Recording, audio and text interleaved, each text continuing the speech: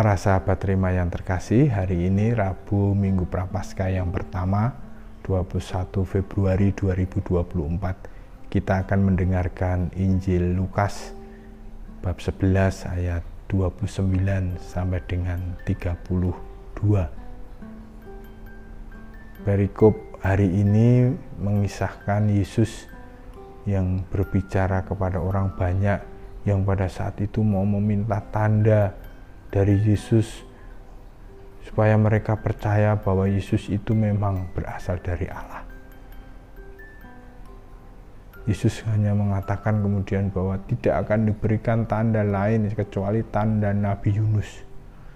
Dan Yesus juga menyebut angkatan ini adalah angkatan yang jahat. Cukup menarik kalau kita melihat Nabi Yunus adalah nabi yang bisa mempertobatkan orang Niniwe, meski sebelumnya ia sebenarnya ingin melarikan diri dari tugasnya. Tetapi berkat perkataan Nabi Yunus, orang-orang Niniwe bertobat dan Allah mengurungkan murkanya bagi orang-orang Niniwe yang kemudian bertobat itu. Lalu mengapa Yesus juga menyebut angkatan ini jahat? Karena mereka sebenarnya sudah melihat tanda yang ditunjukkan atau dilakukan oleh Yesus sendiri. Dan kemudian Yesus juga menjelaskan dengan tegas pula bahwa Ia yang hadir pada saat itu lebih besar daripada Nabi Yunus. Orang percaya kepada Nabi Yunus, tetapi mengapa orang-orang tidak percaya kepada Yesus yang melakukan hal yang lebih besar daripada Nabi Yunus? Itu yang membuat Yesus mengatakan bahwa angkatan ini adalah angkatan orang jahat. Orang Niniwe ketika mendengarkan perkataan dari Nabi Yunus, mereka bertobat. Tetapi orang-orang zaman atau orang-orang angkatan di saat Yesus hadir itu, mereka tidak percaya. Banyak yang tidak memahami siapa Yesus sebenarnya. Padahal ia lebih besar daripada Nabi Yunus. Maka para sahabat terima yang terkasih, saya kira ini juga bisa menjadi permenungan bagi saya dan Anda. Apakah saya juga masih meminta tanda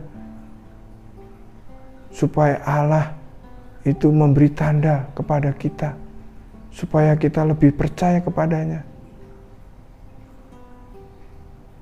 Tuhan, saya mohon tanda supaya saya memperoleh apa yang saya inginkan. Apakah masih demikian? Atau apakah kita masih mempunyai kepercayaan yang kecil?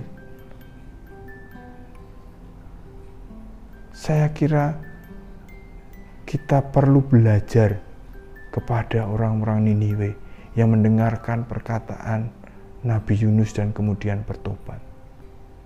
Kita seharusnya menjadi lebih berani bertobat karena saat ini kita sudah mengenal Yesus yang lebih besar daripada Nabi Yunus.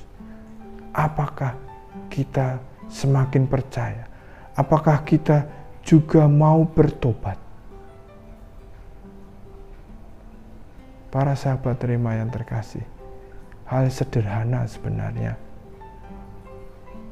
Kita sudah percaya kepada Yesus, tetapi mengapa kita tidak mau bertobat? Itu saja. Semoga pengenalan kita kepada Yesus semakin dalam, sehingga juga menggerakkan diri saya dan Anda untuk juga berani bertobat.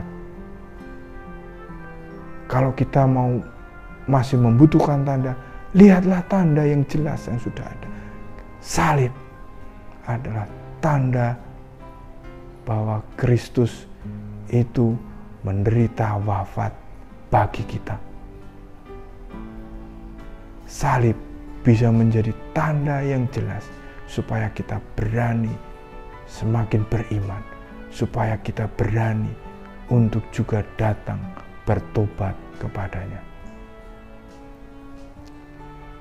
Maka para sahabat terima yang terkasih, semoga permenungan dari bacaan Injil kita hari ini menjadikan kita berani untuk semakin bertobat, untuk datang kepada Yesus, karena kita sudah mempunyai tanda yang jelas, yang lebih besar, lebih dahsyat daripada Nabi Yunus.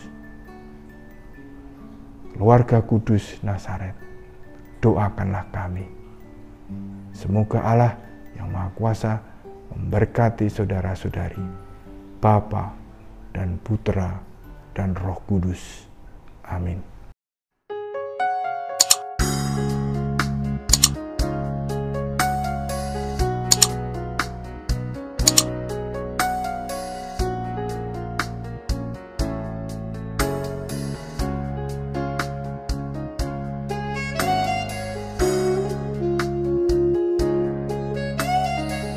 Sahabat Rema, sampai jumpa dalam program berikutnya.